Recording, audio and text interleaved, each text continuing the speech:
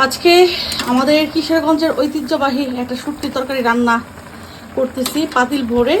আমার ভাই গিয়ে দেশ থেকে এসেছে, তো আমার আম্মু এই যে মিষ্টি কুমড়ার পাতা, এখানে মানে শাক যেটাকে ডগা যেটাকে বলে, আর আমি দিচ্ছি এখানে বেগুন আর মিষ্টি আলু দিচ্ছি। এমনি আমরা যে আলুটা খাই সেই আলুটা দিচ্ছি, চাপা শুটকি কাঁচামরিচ দিয়ে রসুন করে দিয়ে বেশি করে ব্লেন্ডার করে নিচ্ছি এটাকে। এখন এটা রান্না করতেছি।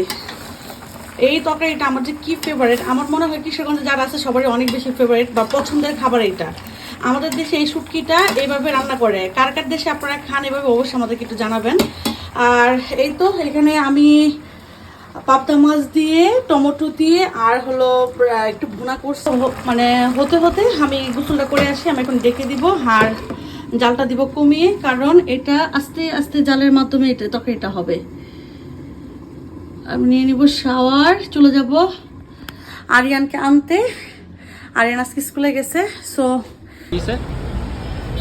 আমরা আসছি আরিয়ানকে রিসিভ করার জন্য। দাঁড়ায় আছি দেখি আরিয়ান কখন বের হয়। আচ্ছা, আর এই যে নীলরে পাইছি, একটা কোক খাওয়াইতেছে, গরিব মানুষ, তারপর একটা কোক খাওয়াইতেছে, আলহামদুলিল্লাহ।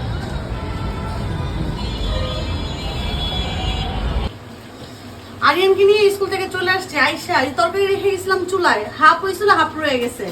এই যে ফাইনাল আমার তরকারির লুক এটা। আমরা তরকারিটা এই যে কমপ্লিট হয়ে যখন তখন এরকম হয়ে যায়।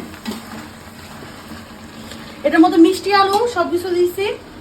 আমাদের দেশে এটা এভাবে রান্না করে, খুবই মজা হয়, খুবই মজা হয় তরকারিটা।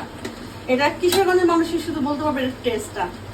আর এই তো এখানেও তরকারি কমপ্লিট আছে। এখন আমরা সবাই খাওয়া দাওয়া করবো, করে একটা ঘুম দিব। ওকে, আল্লাহ হাফেজ, সবাই অনেক ভালো থাকবেন।